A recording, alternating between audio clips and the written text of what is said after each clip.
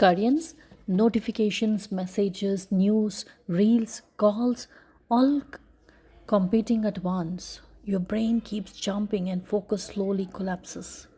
Have you noticed that even after working all day, you feel mentally tired but not truly productive? Every time your attention switches, the brain pays a cost. It takes energy to exit one task and re enter another. This constant context switching creates mental fatigue, shallow thinking, and zero deep work. You're not failing at focus, your brain is overstimulated. I repeat, your brain is overstimulated.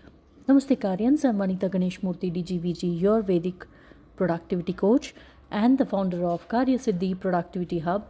You're listening to Vedic Productivity Talks, where we raise and grow 1% every day the Vedic way.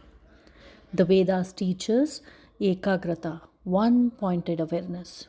The mind was designed to stay with one object at a time. When inputs reduce, attention naturally stabilizes.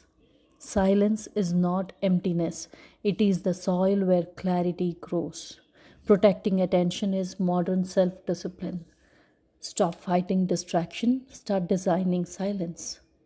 Create one 60-minute input free focus block today. That is the action that you're going to take.